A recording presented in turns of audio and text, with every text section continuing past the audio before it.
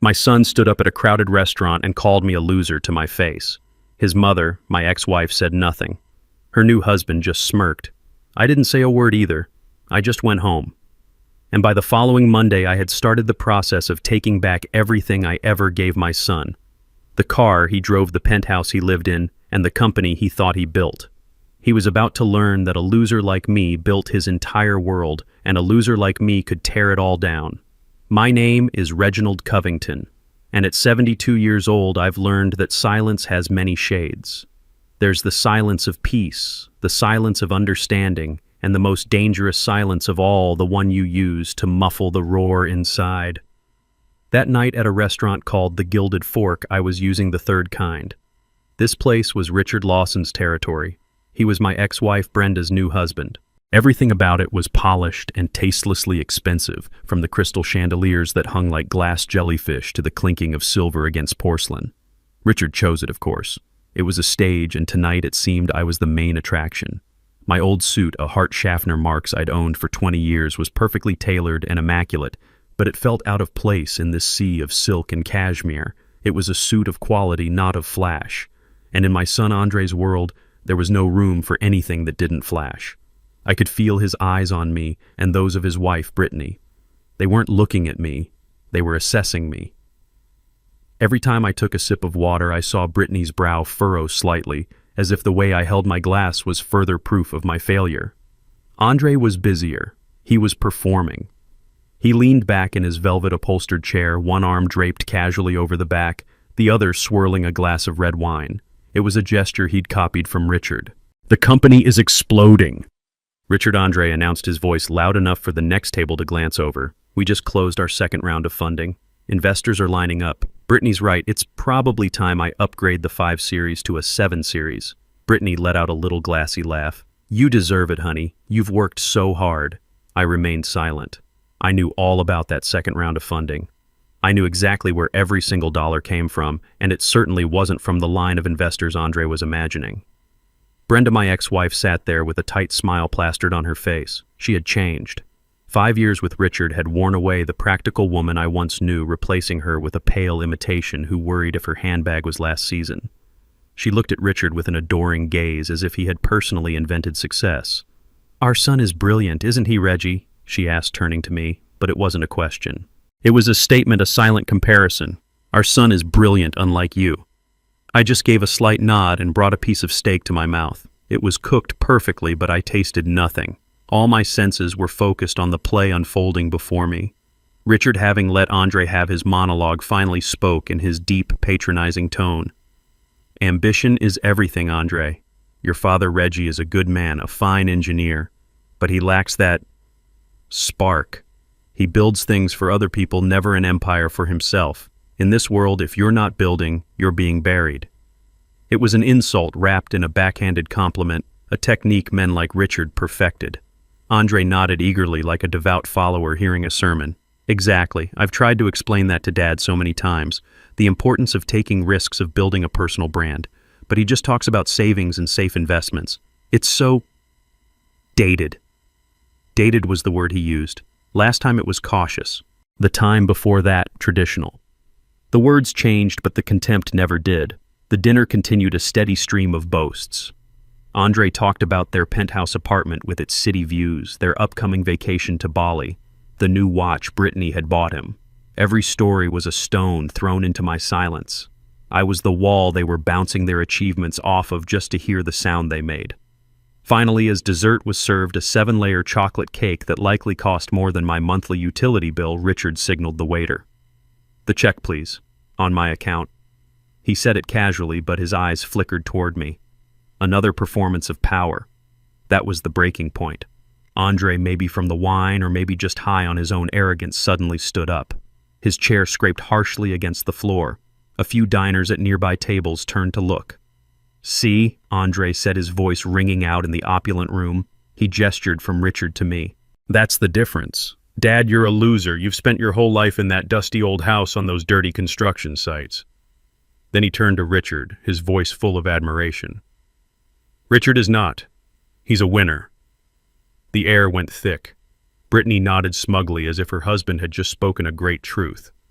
Brenda stared down at her plate, her silence a final act of betrayal. Even the people at the next table quickly looked away, their feigned ignorance a testament to my public humiliation. I looked directly into Andre's eyes. For a split second, I saw a flicker of the little boy I taught to ride a bike, a hint of regret. But it was buried too deep beneath layers of designer clothes and entitlement. I said nothing. The rage I expected to feel never came. In its place was a cold, sharp clarity, a terrifying certainty. It was over. The final thread had snapped. Slowly, I placed my white linen napkin on the table beside my untouched cake. I stood up. My chair made no noise. My movements were deliberate, measured. I glanced at Brenda, at Richard, and finally at Andre. Then, without a word, I turned and walked out of the restaurant. The heavy wooden door closed behind me, cutting off the sound, leaving them to their hollow victory. I didn't have to say anything. My actions were about to speak for me. The air outside was cold, but it cleared my head. I didn't hail a cab. I walked. The wealthy Atlanta neighborhood slowly gave way to the quieter, more familiar streets of my own.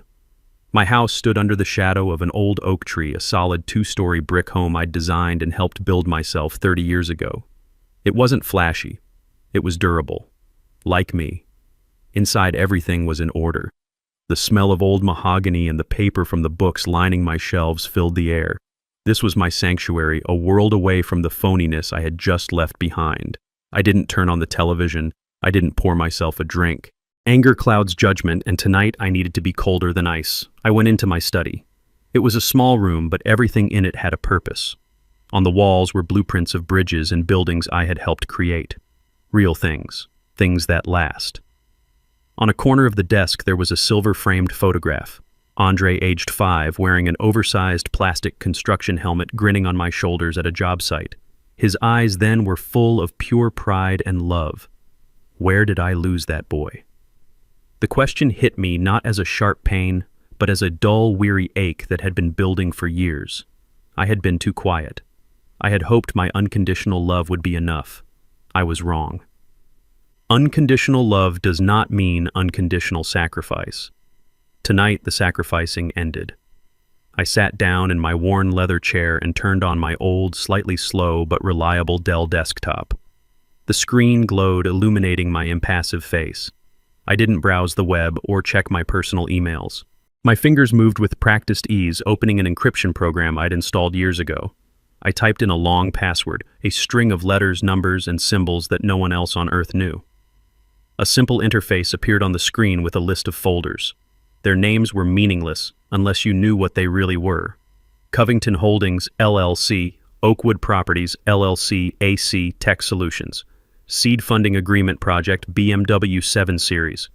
Lease Contract, Richard Lawson, Consulting. Payment Schedule. Each name was a thread, an invisible thread I had used to weave the world my son now lived, in the world he thought he had created himself. It was like being the engineer of a bridge. You can't see the rebar hidden deep inside the concrete, but without it, the entire structure would collapse. Tonight, I was going to begin a structural integrity test. I opened a secure email client. The recipient was already saved. Alicia Warren, a brilliant attorney, a friend I trusted with my life. Alicia wasn't just my lawyer. She was the architect of the financial fortress I had quietly built. She knew every brick, every number. The email I wrote was short. No pleasantries, no long explanations. She would understand. Subject initiate Sunset Protocol. Body Alicia. We need to meet. Tomorrow morning, your office. 8 a.m. Begin the dissolution process for all assets related to AC and associated parties. Priority 1, the vehicle. Reggie. Sunset Protocol was the name we had given it years ago, a contingency plan for a day just like this. A day when the sun would set on an empire built on a lie. I hit send. A soft whoosh echoed in the silent room. It was done. The first domino was now perched at the edge of the table. I felt no satisfaction, no glee. I just felt a strange, quiet calm. The calm of an engineer who knows his design is about to undergo its final definitive test. I had built Andre's life. Now it was time to see if he could stand on his own once I took the scaffolding away. Alicia Warren's office was on the 45th floor of a glass tower that overlooked Centennial Park. It was the kind of place that smelled of success, a mixture of expensive leather and freshly brewed coffee. But it never intimidated me. In many ways, I had helped build it. Alicia greeted me not with a handshake, but with a familiar, weary smile and a heavy ceramic mug. "Morning, Reggie," she said, her voice calm and steady. "I made the coffee the second I got your email. Black, no sugar. The way you drink it when you mean business." She was right. For 20 years, Alicia had been more than my lawyer. She was my strategist, my confidant, the keeper of my secrets. She was the only person on earth who knew the full extent of the financial fortress I had built. I took the mug, the heat warming my cold hands. "Thank you, Alicia." She gestured to one of the plush leather chairs opposite her enormous oak desk. She didn't sit behind it in her seat of power. She sat in the chair next to mine, making us equals. "I'll be honest, Reggie," she said, her sharp eyes studying my face. "When I saw the subject line, Sunset Protocol, my heart sank. I always hoped it was a plan we'd never have to use. I hoped he'd figure it out." I took a slow sip of the dark, bitter coffee. It tasted like resolve. I looked out the window at the sprawling city below, a city I had helped shape with steel and concrete. "So did I." "Alicia," I replied, my voice low and even. "But the sun has officially set. It's time to turn off the lights." Alicia nodded slowly, her expression turning from concern to the focused, sharp look of a master chess player seeing the board clearly. "All right, Reggie, walk me through it. I know the legal structures we built, but I need to hear the human part." What was the final straw? I stared into my coffee mug, seeing the reflection of the man my son had called a loser. He said the word Alicia. He said it out loud in public. He called me a loser and called Richard, Brenda's new husband, a winner. And Brenda just sat there and let him. I looked up from the mug and met her eyes. He believes it. He honestly believes the world he lives in is one he created. Today we begin the process of showing him the truth of the foundations he's standing on. Alicia leaned forward, all business now. "Let's review the assets. Let's start with the heart of his so-called empire, AC Tech Solutions." I let out a long, slow breath. Andre always had ambition. I began, my voice a low rumble. I'll give him that. He had big ideas, big dreams. He wanted to be the next Steve Jobs, the next tech mogul from Atlanta. But he had no discipline, no patience, and no money. He came to me about 6 years ago with a half-baked proposal for a software company. It was full of buzzwords and projections that had no basis in reality. I knew if I gave him the money directly, he'd burn through it in a year and learn nothing. I paused, remembering the hopeful, greedy look in his eyes that day. He didn't want a father's guidance. He wanted a bank. So I decided to give him one, just not in the way he expected. I told him I couldn't help that my money was tied up in safe, boring retirement funds. He was so disappointed. He called me old-fashioned. Alicia picked up the narrative, her legal mind filling in the details. And that's when you came to me. We set up the silent trust funded with $2 million based in Delaware for maximum anonymity. Then we created a shell venture capital firm, Innovate Future Group, based out of California. We hired a front man, a retired professor, to be the face of it. As far as Andre knows, he was discovered by a group of forward-thinking West Coast investors who saw his genius. I nodded. He was so proud. He flew to San Francisco, pitched his idea, and walked out with a check. He never once questioned why it was so easy. He thought it was his destiny. He never stopped to wonder who truly owned Innovate Future Group. And the ownership structure of AC Tech Solutions reflects that Alicia continued pulling up a file on her tablet. 60% of the shares are held by Innovate Future Group, which is wholly owned by your anonymous trust. 20% are held by Andre as CEO, and the other 20% are reserved for future employees. You have complete controlling interest, Reggie. He isn't the owner of that company. He is its highest paid employee, and his board of directors is for all intents and purposes you. Next, we move to the symbols of his success. The car, I said the words tasting like ash, the BMW 7 Series. He had to have it. He said it was essential for projecting success to clients and investors. My boy, who used to be happy with a well-maintained Ford, was now convinced the German engineering of his car was a reflection of his own worth. Another easy one, Alicia said, swiping on her screen. He tried to get a lease in his own name, but his personal credit was too thin, so he had the company lease it for him. Or so he thinks. Explain, I said, though I knew the answer perfectly. The lease isn't with AC Tech Solutions, she clarified. It's with a separate entity we created for asset management, Covington Holdings LLC. We presented it to Andre as a third-party fleet management company that AC Tech Solutions would contract with for executive vehicles. He signed the paperwork without a second thought, happy to get his shiny new toy. The contract explicitly states that the vehicle is provided for the use of a designated employee of AC Tech Solutions. The moment he is no longer an employee, the car is no longer his to use, I finished. The irony was corrosive. My holding company, a name he wouldn't even recognize, was providing the chariot for my winner son. He was driving my car paid for with my money, all while calling me a failure. Finally, we came to the biggest piece, the foundation of it all. The penthouse, I said softly. Alicia's expression softened for a moment. This one always felt different, Reggie. It was, I admitted. This was about Brenda as much as it was about Andre. After she left me for Richard, she became obsessed with appearances. She filled Andre's head with the idea that where you live defines who you are. He and Brittany searched for months for the perfect apartment, something that would make their friends jealous. They found the penthouse at the Oakwood. The Oakwood was a beautiful pre-war building that had recently been renovated, a perfect blend of classic architecture and modern luxury. Andre fell in love with it. He told me about it, complaining that it was just out of his price range. He asked if I could help with the security deposit. I told him no, I said to Alicia. I told him it was reckless to live beyond his means. Alicia smiled faintly. And what you didn't tell him was that you had bought the entire building 3 years prior. It was an undervalued asset in a neighborhood that was about to gentrify, I explained, the old engineer in me taking over. The numbers made sense. I purchased it through another LLC, Oakwood Properties. It was a good, solid investment. It was brilliant, Alicia corrected. When Andre applied for the penthouse, the landlord, a property management firm we hired, contacted him with a special offer. They said they were looking for a high-profile tenant like a tech CEO to add prestige to the building, and they were willing to offer him an employee incentive lease. His rent is virtually zero. He just pays the building fees. He signed it, bragging for weeks that the landlord was so impressed with him that he got the deal of a lifetime. He never read the fine print, I said. No one ever does, Alicia confirmed. The fine print, of course, states that the incentive lease is contingent on his continued employment with AC Tech Solutions.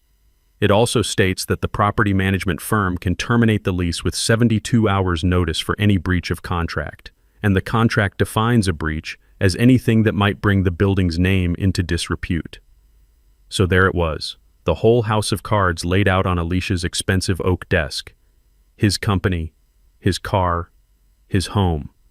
Every pillar of his life was a carefully constructed illusion, designed, funded, and owned by the father he called a loser.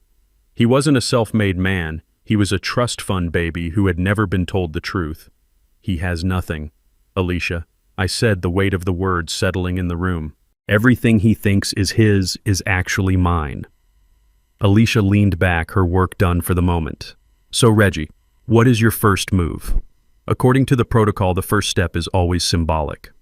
I thought about the arrogant look on my son's face, the way he gestured with his hand that wore a watch I'd paid for, driving a car I owned to go home to an apartment I provided.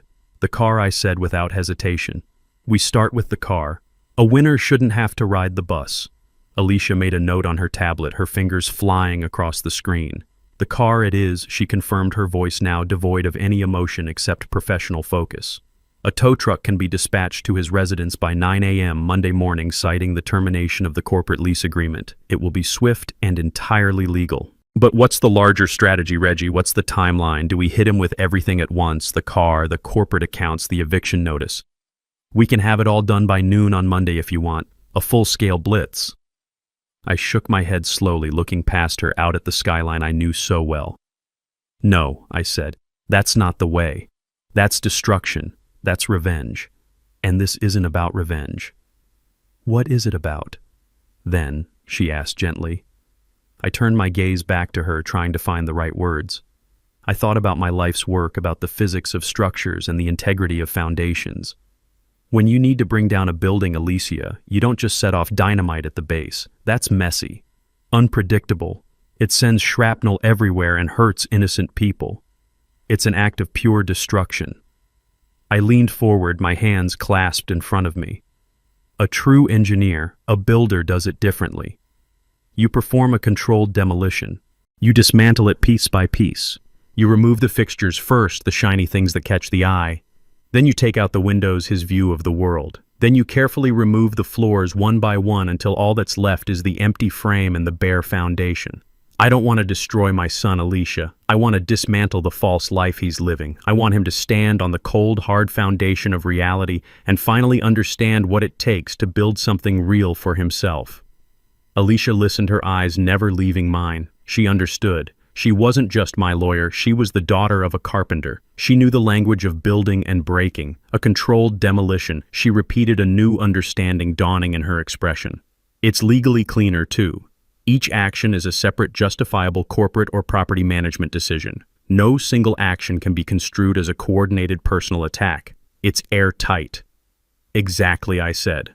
So we start with the car on Monday. The symbol of his status, we give him a day to feel that loss, to feel the inconvenience.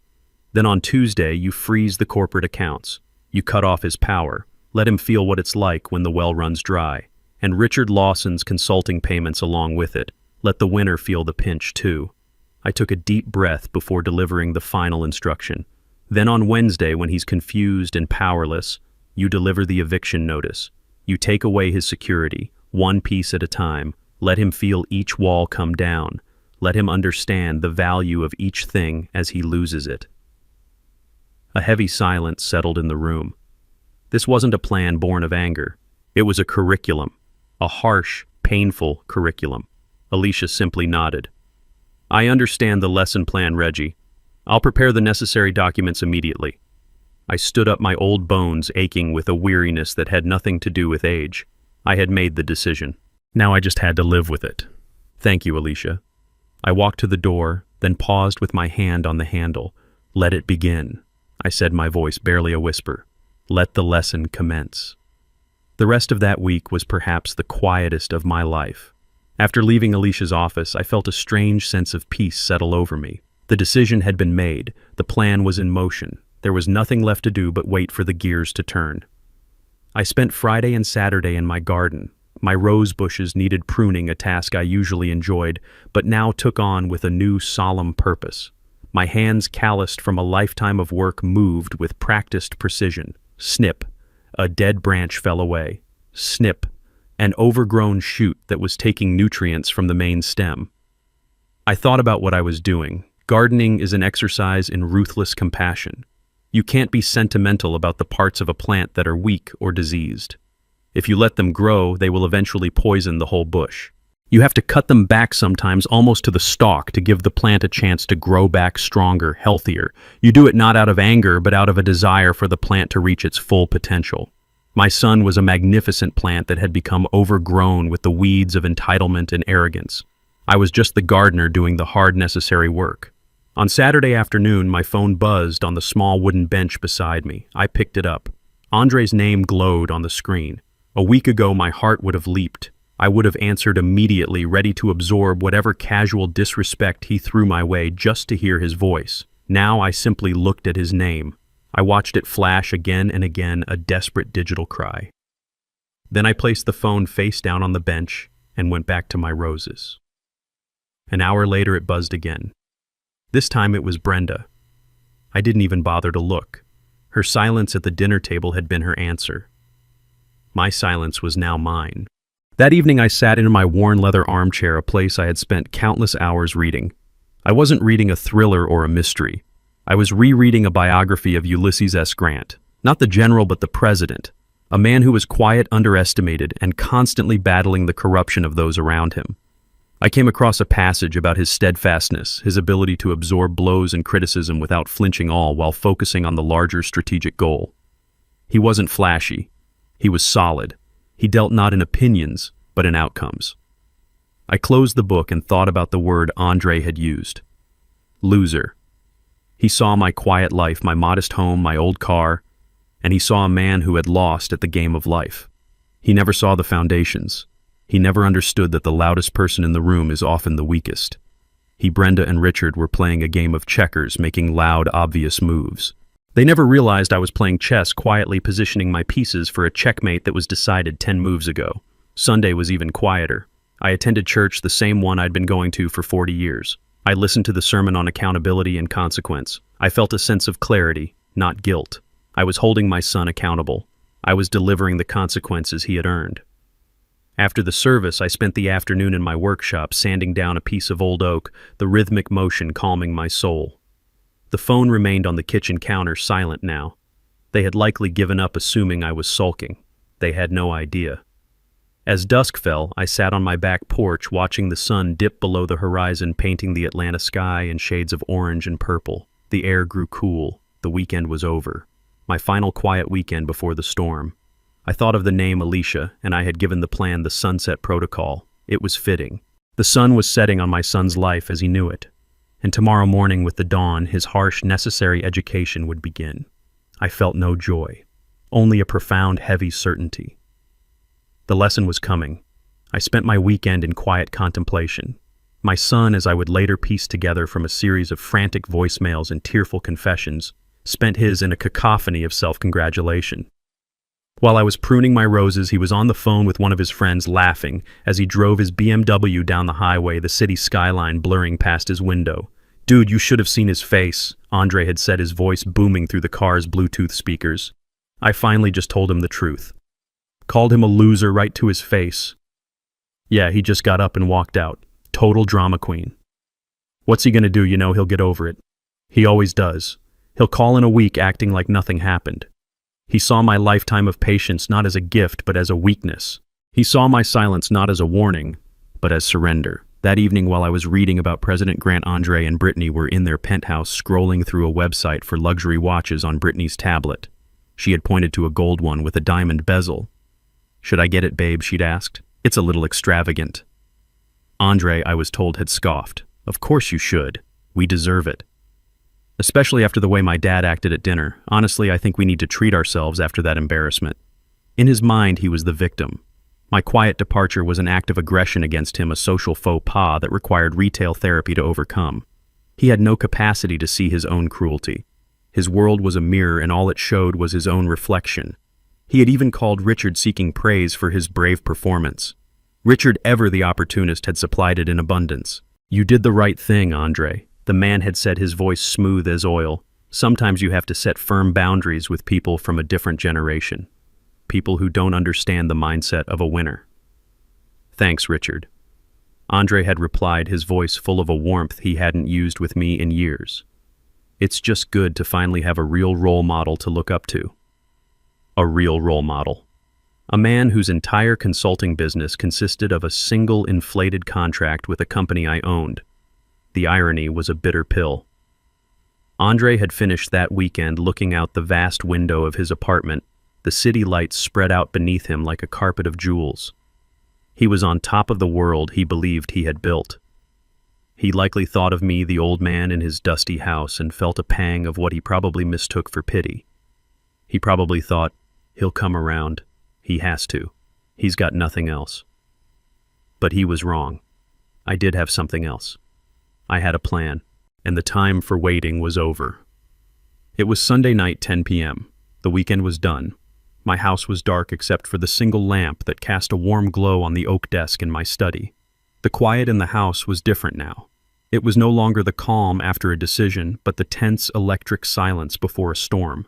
The fuse had been lit on Friday, and it had been burning slowly, silently all weekend.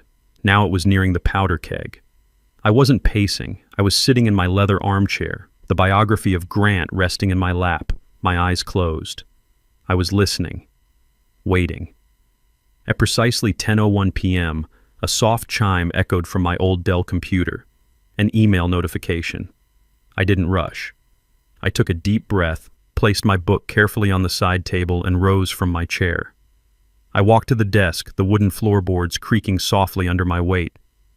The screen was bright in the dark room. A single new email sat in my inbox. The sender was Alicia Warren. The subject line was simply "Update." I moved the mouse and clicked it open. The body of the email was stark white, containing only 6 words standing alone in the center of the screen like a military command. I leaned in the reflection of the glowing text visible in my glasses. The first domino has been pushed. Monday morning dawned bright and obnoxious sunlight streaming through the floor-to-ceiling windows of the penthouse and glinting off the polished chrome of their espresso machine. For Andre, the world felt perfect. The weekend had been a triumph. He had finally put his father in his place, asserting his own status as the family's new alpha. He felt powerful, a feeling amplified by the expensive Italian suit he was putting on and the sleek black BMW 7 Series that was waiting for him in the reserved parking spot in the garage below. Brittany was humming as she applied her makeup, a small, satisfied smile on her face. "Are you sure you don't want me to drive you today, honey?" she asked, looking at his reflection in the mirror. "We could take the Benz. I have that spa appointment at 11. Andre chuckled, adjusting his tie. "Nah, I've got a lunch meeting with some new potential clients. I need to roll up in the Beamer. You know how it is. Image is everything." He leaned in and kissed her on the cheek, the scent of her expensive perfume filling his senses. "Besides," he added, his voice dropping to a conspiratorial whisper, "I think we've earned the right to show off a little. We're winners, remember?" She giggled and swatted him playfully. "Go on, get out of here, you big shot." Feeling on top of the world, Andre grabbed his leather briefcase and headed for the private elevator that went directly to the residence garage. The ride down was smooth and silent. The doors opened to a pristine, well-lit space. And there it was. His car. It wasn't just a car, it was a statement. Long, low, and gleaming under the fluorescent lights, it was the physical embodiment of his success. He clicked the fob and the car chirped, its angel eye headlights flashing a welcome. But as he walked toward it, he noticed something was wrong. A large, grimy-looking tow truck was parked directly behind his BMW, its yellow hazard lights flashing rhythmically, casting an ugly, pulsating glow on the polished concrete floor. A man in greasy blue overalls was kneeling by his rear tire. Andre's good mood evaporated instantly, replaced by a surge of irritation. "Hey!" he barked, his voice echoing in the garage. "What the hell do you think you're doing? This is a private garage. You can't park here." The man in overalls stood up slowly, wiping his hands on a rag. He was big, with a weathered face and a completely neutral expression. He didn't look impressed. He didn't look intimidated. He just looked tired. "You, Andre Covington?" he asked, his voice a gravelly monotone. "I am," Andre snapped. "And you're about to get your rust bucket towed if you don't move it in the next 10 seconds. You're blocking my car." The man didn't move. Instead, he simply gestured with his thumb toward the back of the BMW. "No, sir, I'm not blocking your car. I'm here to repossess it." The words didn't register at first. They were so absurd, so out of place in his perfect world that his brain refused to process them. He actually laughed, a short, incredulous bark. "Repossess it? You must be joking.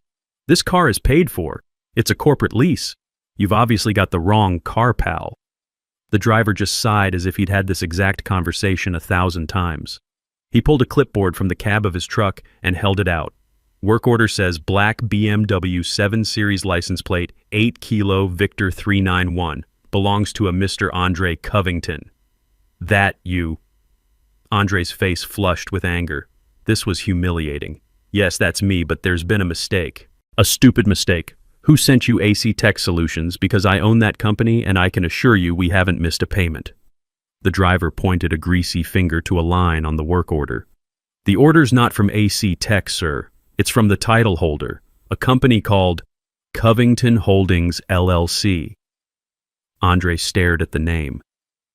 Covington Holdings. It meant nothing to him. A surge of relief washed over him, followed by renewed fury. "See, I told you. I've never heard of that company. It's a clerical error. Now get your truck out of here before I call security and have you arrested for trespassing." The driver just shook his head, a flicker of something like pity in his eyes. "Sir, I've got a legally executed repossession order. If you have a problem with it, you need to call the leasing company." He turned his back on Andre and started attaching a heavy chain to the undercarriage of the BMW. The sound of metal clanking against metal was like a physical blow. "Hey, get your hands off my car!" Andre shouted, his voice cracking with rage. He pulled out his phone, his hands shaking so much he could barely unlock it. He found the number for the leasing company and jabbed the screen. Brittany was going to be late for her spa day. He was going to be late for his meeting. This was a disaster. After an excruciatingly long series of automated menus, A calm female voice finally answered. Premier Executive Leasing, this is Sarah speaking. How can I help you? My name is Andre Covington, he said through gritted teeth. You have made a massive mistake. You sent a tow truck to repossess my car, a BMW 7 Series. I need you to call it off right now. There was a moment of silence filled only by the sound of furious typing. I see your account, Mr. Covington, Sarah said, her voice perfectly polite and completely unhelpful. Yes, the BMW 7 Series. It looks like the repossession order was issued this morning at 8:05 a.m. I know it was issued. I'm telling you it's a mistake, Andre was practically shouting into the phone. The tow truck driver was now lowering the lift, preparing to hoist the front wheels of his beautiful car off the ground. I'm not seeing any mistake in the system, sir, Sarah continued, her tone unchanging. The lease agreement was terminated by the owner of the vehicle, Covington Holdings, LLC. I've never heard of Covington Holdings, he yelled. The lease is through my company, AC Tech Solutions. I can see that AC Tech Solutions was the authorized user, sir, she said calmly. But Covington Holdings, LLC is the legal owner and lessor of the vehicle. As the owner, they have the right to terminate the lease at any time per Section 4, Paragraph B of your agreement. We are simply the administrators. His mind was reeling. It made no sense. He felt a wave of dizziness. This is insane. Put me through to someone at Covington Holdings, then I'll clear this up. I'm sorry, sir, Sarah said, and for the first time he detected a note of finality in her voice. We don't have a public contact number for that entity. All communications are handled through their legal representatives.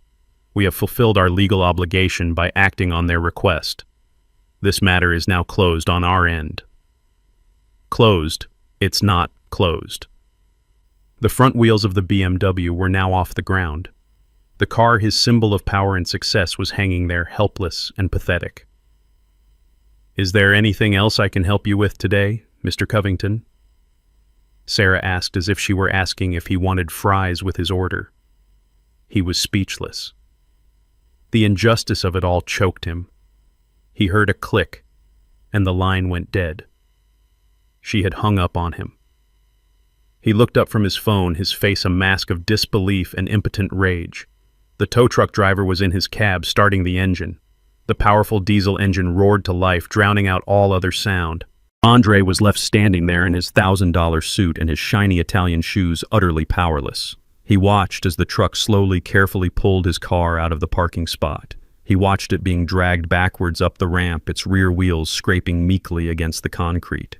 He watched as the symbol of his entire identity was hauled out of his private garage and into the harsh light of day, disappearing from his life forever. The yellow lights flashed one last time before the truck turned the corner, and then there was only silence. He was left alone in the garage with an empty parking space and the faint smell of diesel fumes. The first pillar of his world had just been violently ripped away. If the loss of his car on Monday was the first tremor, the main earthquake was scheduled for Tuesday morning. The second domino was not about status. It was about power. It was about money. I spent my morning peacefully reading a book on my porch, but I knew that across town, my son's world was being systematically dismantled, starting with the most public of humiliations. Andre arrived at the gleaming glass tower that housed his office nearly an hour late. He was flustered and furious, having been forced to take a $100 Uber across town during rush hour. He was determined to project an air of calm control to show his employees that nothing was wrong. His first stop was the artisan coffee shop in the lobby of his building, a place where he was a well-known regular.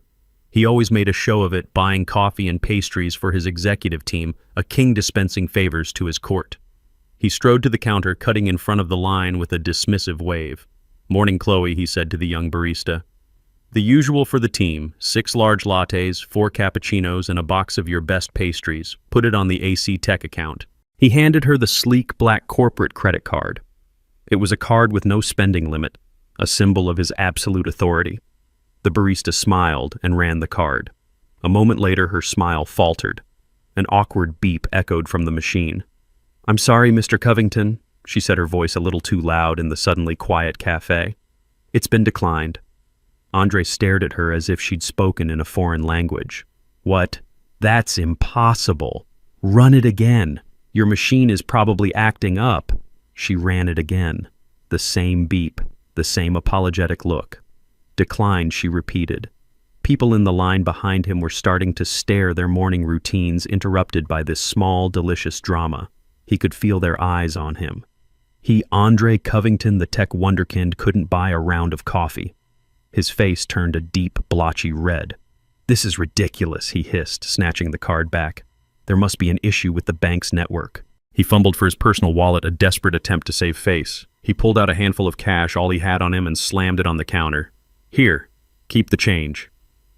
He turned on his heel and stormed out of the coffee shop, leaving the box of pastries and the tray of unmade coffees behind. He didn't want them anymore. The gesture of generosity had become a badge of shame. He rode the elevator up to his office on the 30th floor, his jaw clenched so tight it ached. His office was a corner suite with glass walls, a fishbowl for the whole company to see their leader at work. He sat down heavily in his ergonomic chair, the anger giving way to a cold knot of anxiety in his stomach. He needed to fix this. Now. He opened his laptop and navigated to the company's internal financial portal. This was his dashboard, his control panel. From here he could see everything: cash flow, payroll, expenditures. He typed in his username and password. A red line of text appeared on the screen: "Access denied." He blinked. He must have mistyped. He entered his credentials again slowly this time, making sure each keystroke was perfect. Access denied. A cold sweat broke out on his forehead. This wasn't a glitch. This was a lockout. He, the CEO, the founder, was being barred from his own company's finances. He frantically clicked on the "Forgot Password" link, but the system returned another error: user profile not found. Please contact your system administrator. He was the system administrator. Panic, cold and sharp, began to rise in his chest. His breathing became shallow. He was trapped on the outside of his own creation. Just then, a notification popped up in the corner of his screen. A new email. The sender was an address he didn't recognize: Director at AC Tech Solutions. The subject was "Urgent Notice of Financial Restructuring." With a trembling hand, he clicked it open. The email was a masterpiece of cold corporate jargon. It was impersonal, emotionless, and utterly terrifying. To whom it may concern, it began. Please be advised that as of 900 a.m. Eastern Standard Time, the majority shareholders of AC Tech Solutions have initiated a comprehensive corporate restructuring. Under this directive, all executive-level access to financial accounts, corporate credit lines, and expenditure authorizations has been temporarily suspended, pending a full audit and review. All non-essential spending, including vendor contracts and consulting fees, is hereby frozen effective immediately. Further instructions will be provided in due course. It was signed simply, "The Office of the Directorate." Majority shareholders. The phrase echoed in his head. Who were they? He had always thought of the California VC firm as silent partners, happy to let him run the show as long as the numbers looked good. He had been wrong. They were not silent. And they had just stripped him of all his power without so much as a phone call. As he sat there staring at the screen, his world shrinking to the 4 glass walls of his office, his phone rang. The screen displayed Richard's name. For a second, he thought about ignoring it, but the habit of seeking his mentor's approval was too strong. He answered, trying to keep his voice steady. "Richard, hey." The voice on the other end was not the smooth, confident purr of the winner he knew. It was high-pitched, strained, and filled with raw panic. "Andre, what in God's name is going on? My monthly consulting fee, it didn't deposit. It's never late. I have payments due, Andre. The mortgage on the lake house, the payment on Brenda's new car. It's all automated." Andre felt the floor drop out from under him. The consulting fees, the email, it was all connected. I don't know, Richard." He stammered the lie, tasting like acid. "There seem to be some technical issues with the banking system here." "Technical issues?" Richard shrieked, his voice cracking. "My entire business. My only business is my contract with you. You told me this was a long-term secure partnership. You told me you were in control. You need to fix this, Andre. You need to fix this right now." The man he had called a winner, the role model he had praised just days before, sounded like a terrified child. Andre, who was used to receiving guidance from this man, was now being screamed at for answers he didn't have. "I'm trying, Richard," he said, his voice weak. "I'm looking into it." "Looking into it isn't good enough," Richard yelled. "My reputation is on the line. Brenda is asking me questions. What am I supposed to tell her? That her brilliant son can't even manage his own company's payroll?" The call ended with Richard hanging up in a rage, leaving Andre in a ringing silence. He was a king who had just discovered his castle was made of sand. He had no status, no power, and the one man he looked up to had just been exposed as a fragile dependent. He leaned forward and put his head in his hands, the gleaming city of Atlanta, visible through his glass walls, a world that suddenly felt 1,000,000 miles away. The second pillar had not just been removed, it had been pulverized, and he was standing in the dust. Wednesday was the day the final foundation was to be pulled out from under him. While I spent the day quietly sketching a new design for a community library, the third and final act of my son's education was being set in motion. The first blow had taken his status. The second had taken his power. This one was designed to take his sanctuary. Andre came home that evening a broken man. He had spent the day in his glass-walled office, a prisoner on display. He had been forced to cancel meetings, to dodge calls from vendors, and to endure the pitying, curious stares of his own employees. He had no car, no money, and no answers. The penthouse, once his triumphant fortress in the sky, was the only thing he had left. He walked through the door, hoping to find some comfort, some refuge from the nightmare his life had become. Instead, he found Brittany. She was not the bubbly, supportive wife he had left that morning. She was a storm cloud of anxiety and terror pacing the vast living room like a caged animal. Her face was pale, her eyes red-rimmed from crying. She had clearly been on the phone all day hearing the whispers, the rumors. The news of his public humiliation at the coffee shop had spread like wildfire through their social circle. Her spa day had been a parade of concerned friends asking questions she couldn't answer. "Andre, what is happening?" she cried the moment he walked in, her voice shrill. "My credit card was declined at the salon, my personal card. The one you pay for. They said the account was frozen. I had to use my emergency debit card. I have never been so embarrassed in my entire life." Andre didn't have the energy to fight. He dropped his briefcase by the door, the sound echoing in the cavernous, silent apartment. "I don't know, Brittany," he said, his voice hollow. "There's some kind of hostile takeover happening. The investors, they've locked me out of everything. I'm trying to fix it. Trying to fix it," she shrieked, her voice rising with hysteria. "Our friends are calling me Andre. They're asking what's wrong. Jessica heard from someone at your office that you're being forced out. Is that true? Are you losing your own company?" Before he could answer, there was a sharp, authoritative knock on the door. It wasn't the gentle tap of a neighbor or the buzz of a delivery. It was a sound that demanded to be answered. Brittany froze her eyes wide with fear. Andre, his heart pounding, walked to the door and looked through the peephole. A man stood there in a crisp gray suit. He didn't recognize him. He looked like a lawyer or a banker. He looked like bad news. Reluctantly, Andre opened the door. "Good evening," the man said, his voice polite but devoid of warmth. "Are you Andre Covington?" "Yes," Andre said, his own voice sounding weak in his ears. "Who are you?" "My name is Mr. Harrison. I'm the new senior property manager for the Oakwood." The man offered no handshake. He held a large manila envelope in his hand. "The new property manager?" Andre asked, confused. "What happened to Frank?" "Mr. Albright is no longer with the property management firm," Harrison said smoothly. "There has been a change in ownership. May I come in for a moment?" He didn't wait for an answer, stepping past Andre into the marble entryway as if he owned the place. And in a way he did. Brittany stood by the window, wrapping her arms around herself, watching the scene unfold with a look of pure dread. Mr. Harrison's eyes swept across the apartment, taking in the designer furniture, the expensive art, the sweeping views of the city. He seemed completely unimpressed. "This is a lovely apartment, Mr. Covington," he said, his tone suggesting the exact opposite.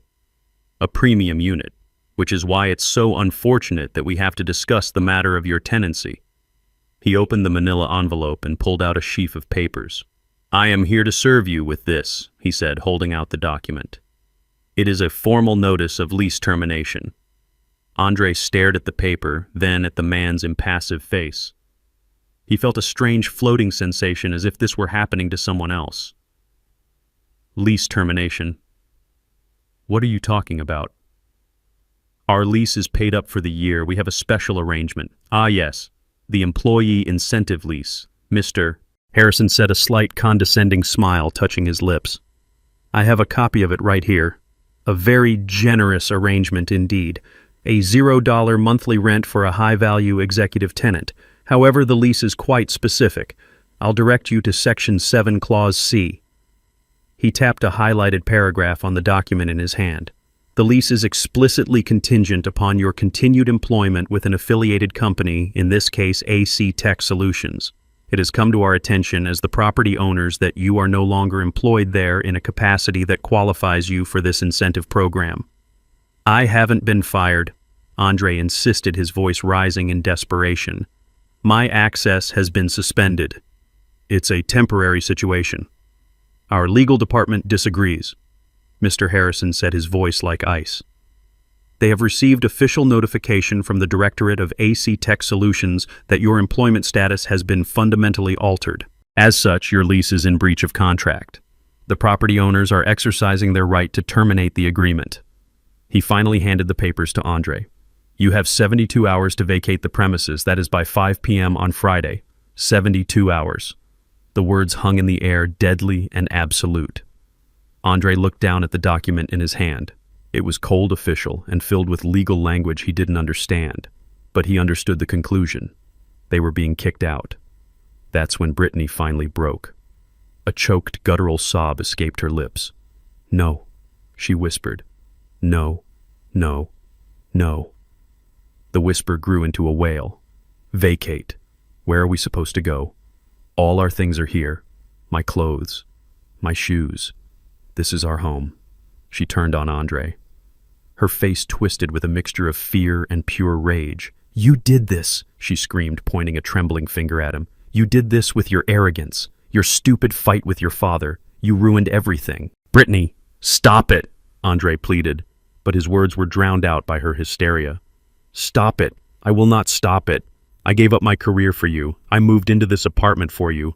I built my entire life around your success, and you've thrown it all away because you couldn't just be a decent son. What are my parents going to say? What am I going to tell my friends, that we're homeless? Mr. Harrison watched the domestic drama unfold with the detached interest of a scientist observing insects. My work here is done, he said, turning to leave. A moving crew can be recommended if you require one. Please ensure all personal belongings are removed by the deadline. Any items left behind will be considered abandoned and will be disposed of. Good evening. He walked out, closing the door softly behind him, leaving them in the ruins of their beautiful, empty life. The silence that followed Brittany's sobs was more terrifying than the shouting. Andre stood there, the eviction notice clutched in his hand. His eyes scanned the document, searching for a loophole, a mistake, anything. And then he saw it. At the bottom of the page, under the signature of Mr. Harrison, was a line of small print. This notice is served on behalf of the legal property owners, Oakwood Properties, LLC. Oakwood Properties, another name he didn't recognize, another invisible force controlling his life. A car repossessed by Covington Holdings, a company seized by anonymous shareholders, a home taken by Oakwood Properties. It was a coordinated attack. This wasn't bad luck. This wasn't a hostile takeover. This was personal. And in that moment of absolute despair, as he stood in the home he no longer owned with the wife who now hated him, stripped of his car and his money, a lifetime of resentment and denial finally coalesced into a single burning point of rage. There was only one person who could be behind this. One person who was quiet enough, clever enough, and he now realized ruthless enough to orchestrate such a complete and total destruction. The person he had dismissed as a failure. His hands shook as he pulled his phone from his pocket. He didn't think about what he would say. He was past thinking. He was a cornered animal, and he was going to lash out at his tormentor.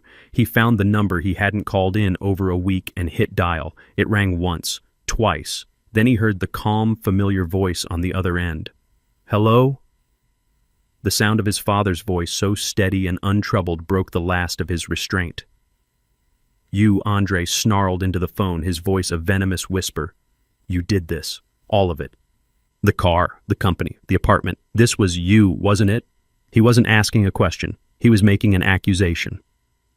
He heard a long silence on the other end of the line. It was the same silence from the restaurant, the same silence from the weekend. But now it wasn't a silence of weakness. It was the silence of absolute power. When my voice finally came, it was quiet, but it carried the weight of an anvil. Andre, I said, I think it's time we had a talk. He arrived less than 30 minutes later. I heard the sound of a cheap Uber pulling up, the kind with a rattling engine and a driver who was talking too loudly on his phone, a far cry from the silent electric purr of his BMW. I didn't go to the door. I simply waited in my study, the same room where I had launched the protocol that had systematically erased his life. I heard the doorbell ring, a frantic, impatient jab. I let it ring again before I used the intercom on my desk. "The door is open, Andre. Come to the study."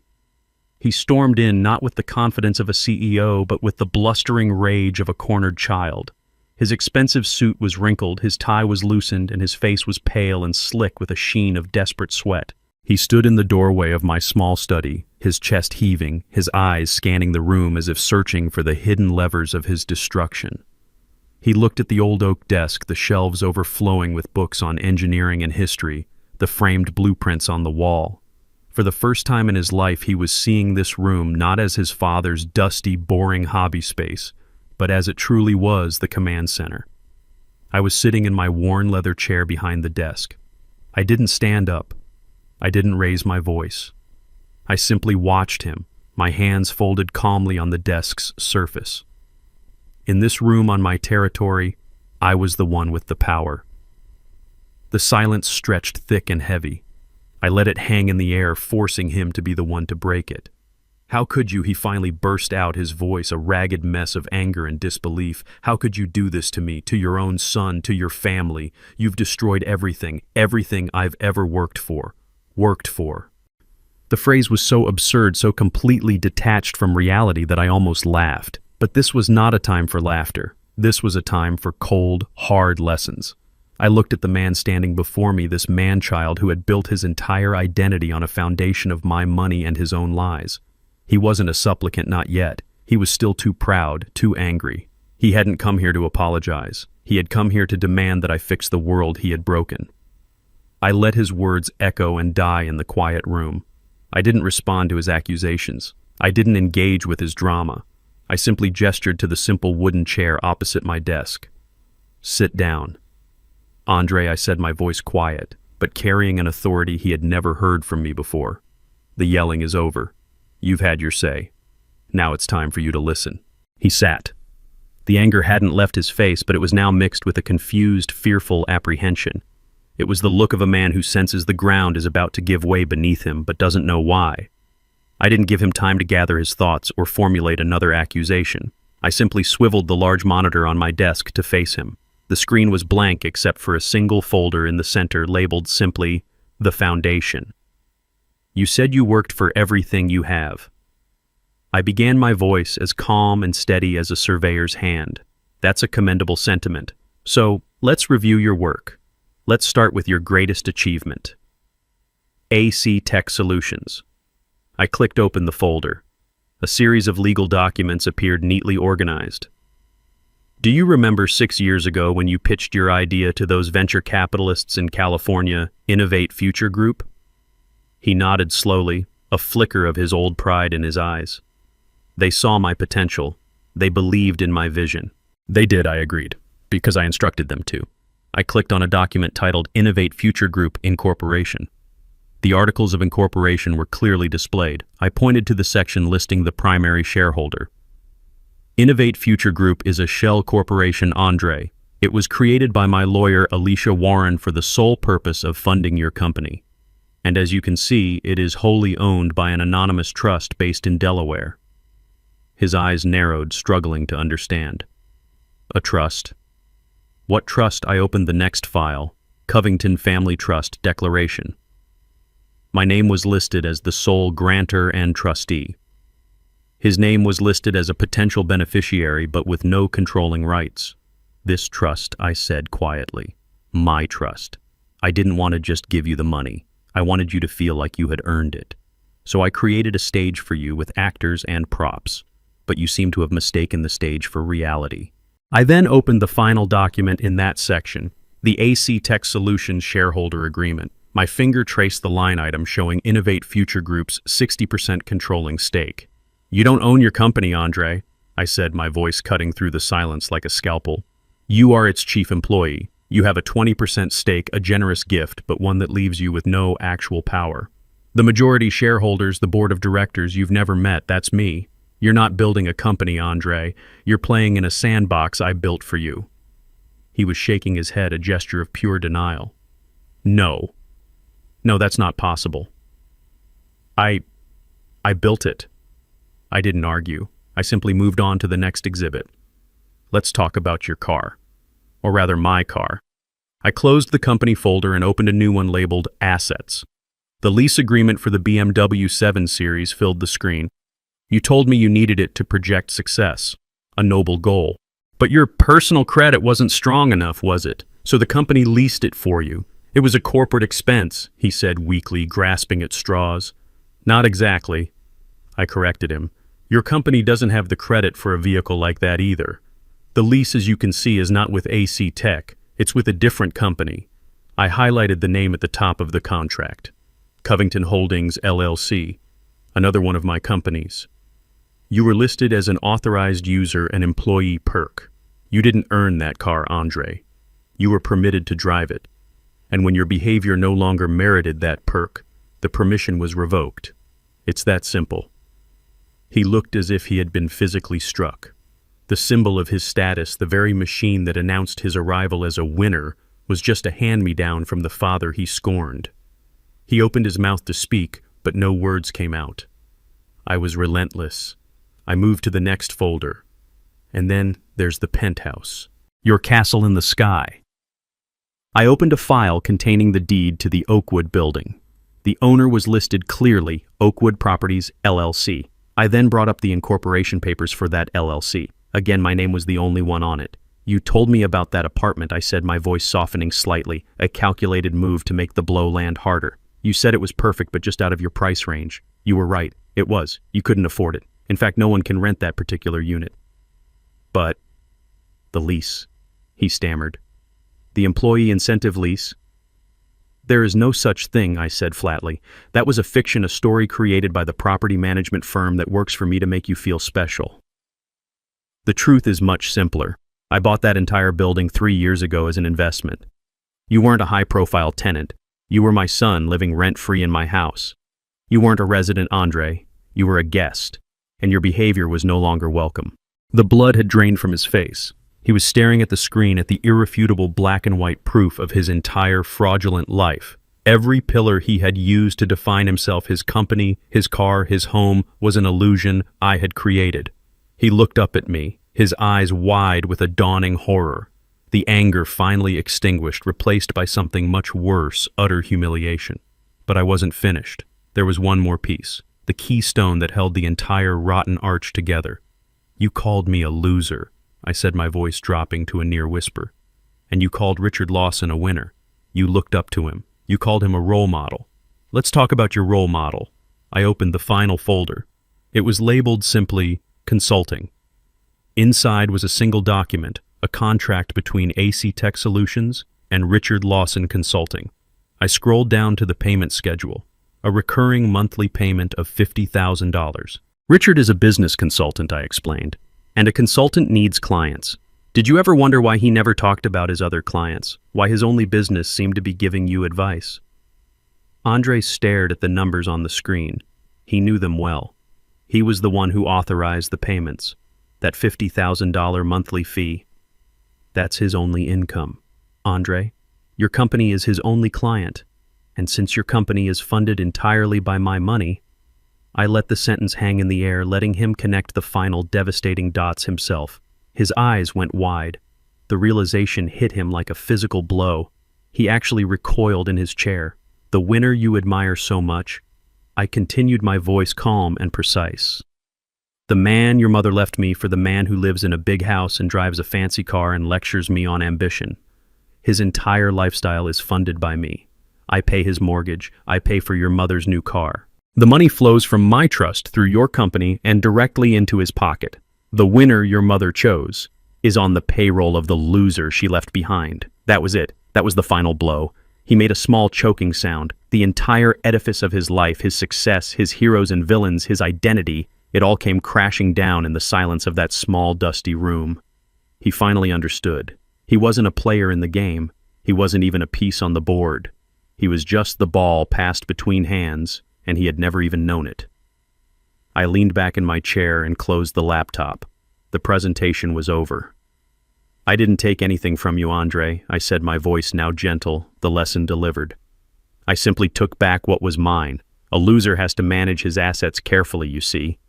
Now, for the first time in your adult life, you have the opportunity to become a real winner, all on your own. I stood up and walked out of the room, leaving him alone with the wreckage. I looked at my son, truly looked at him for the first time in what felt like a decade. The arrogant CEO was gone. The resentful child was gone. All that was left was a broken man sitting in a simple wooden chair in a dusty old study, stripped bare of all his illusions. There was no victory for me in this moment, only a deep, profound sorrow for the years we had lost for the boy who had gotten so lost inside the man. This final act was not about punishment, it was about purpose. He needed to understand why. I know this is hard to understand right now, Andre. I began, my voice softer now, the sharp edges of the lawyer and the strategist falling away, leaving only the father. And I know you hate me. You have every right to. But I need you to listen very carefully. This was never about destroying you. It was about destroying the lie you were living in. The man at that dinner table, that wasn't my son. That was a hollow shell, a puppet built from my money, and Richard's empty words, and your mother's obsession with appearances. I gestured around the room to the evidence of a life built with hands, not just with money. You've been living on a stage, Andre, playing the part of a successful man. All I did was take down the set. What you're feeling right now, this fear, this humiliation, this gut-wrenching emptiness, it's the first real thing you've felt in a very long time. This is the foundation. This is ground zero. This is where a man begins to build a life, not just pretend to have one. He looked up at me, his eyes pleading, perhaps expecting me to offer him a lifeline to tell him this was all just a temporary lesson. I offered him none. The trust I created for you still exists, I told him. Your name is still in it, but you will not see another dime of my money, not until you have proven you can build something of your own. Go get a job, Andre. A real job, not a title. It doesn't matter if it's waiting tables or working construction. Pay rent on an apartment you can actually afford, not one you can show off. Learn the value of $1 that you have earned with sweat and exhaustion. Learn humility. Learn respect. And most importantly, learn who you are when you have nothing. I stood up the old leather of my chair, groaning in protest. Maybe one day, years from now, you'll become the man I always hoped you'd be. Not a winner by Richard's definition, but a man of substance, a builder. A man who understands that his worth is not in what he owns, but in who he is. Until that day, you are on your own. With that, I slowly and deliberately closed the lid of my laptop. The soft click echoed in the silent room. It was the sound of a door closing, a chapter ending. The presentation was over. The lesson had been delivered. I turned and walked out of the study, leaving my son alone with the truth. I didn't look back. There was nothing more to say. I left Andre in the study, a ghost haunting the ruins of his own life. I didn't know where he went after that. I didn't ask. My part in that chapter of his life was over. The lesson had been delivered. Whether he learned from it or not was now entirely up to him. The days that followed were the quietest I had known in 30 years.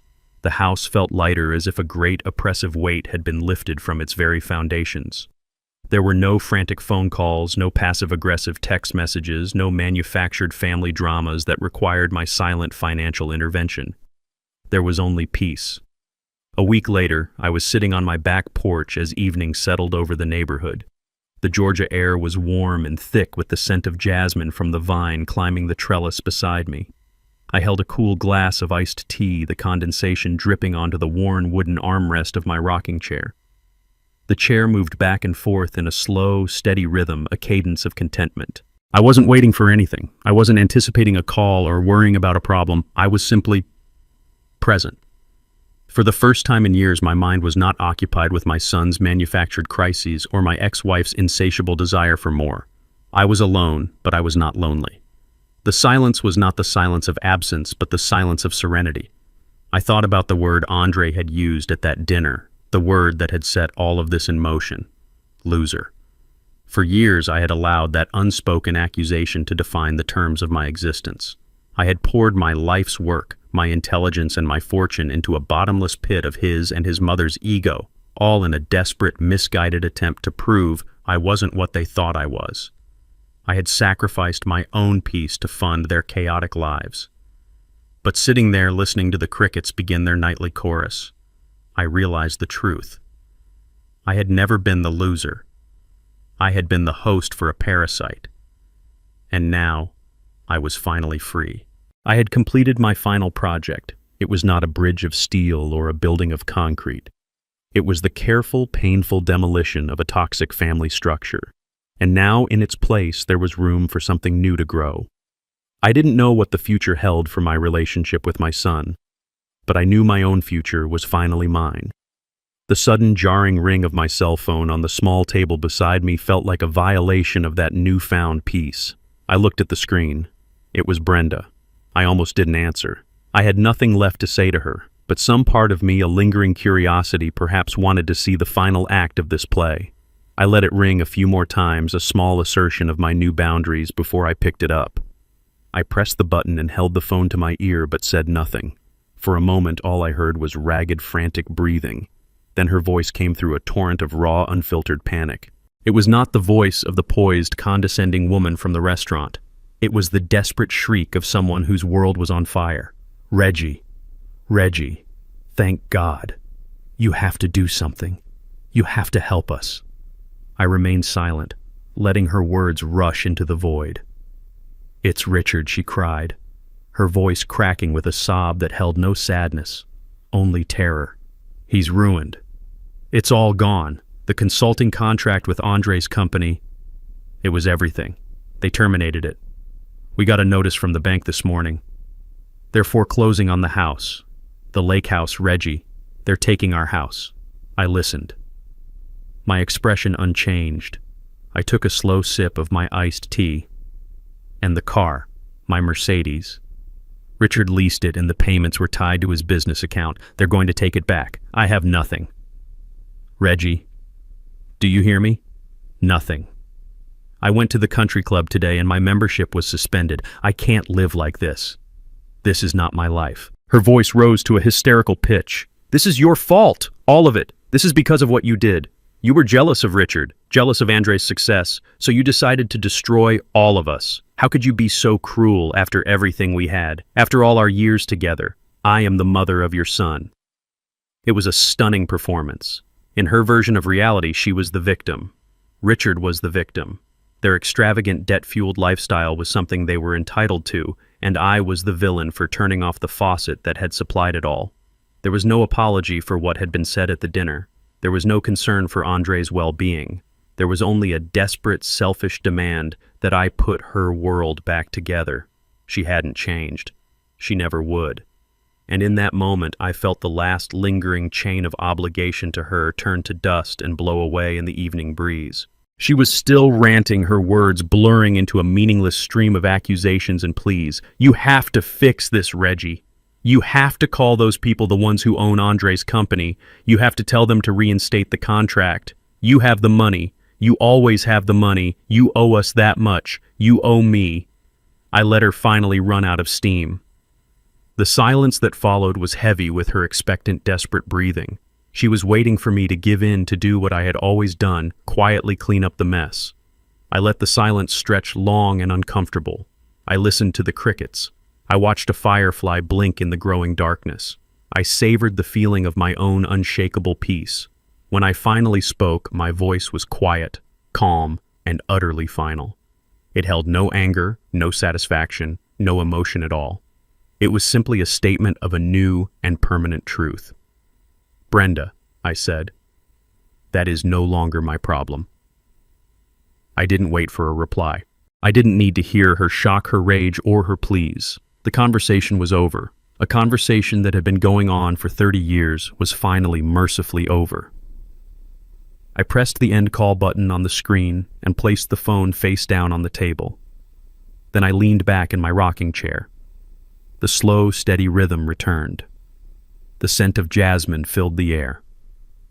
The stars were beginning to appear in the deep purple sky, distant and beautiful and indifferent. I had reclaimed my dignity. I had reclaimed my peace. I had reclaimed my life. And in the profound, perfect silence of that Georgia evening, I finally felt like a winner. This painful chapter taught me a lesson that took 72 years to fully understand. For too long, I had confused financial support with fatherly love, and in doing so, I allowed my patience to be seen as weakness. I thought that by providing a safety net, I was helping my son, but I was only enabling a boy to live in a man's world without any of the responsibility. I have learned that true strength is not found in endless giving, but in the courage to set firm boundaries. And sometimes the most profound act of love is to take everything away, forcing someone to stand on the cold, hard foundation of reality so they can finally learn to build a life for themselves. I'm truly curious to hear your thoughts, so tell me in the comments, what would you have done in my place?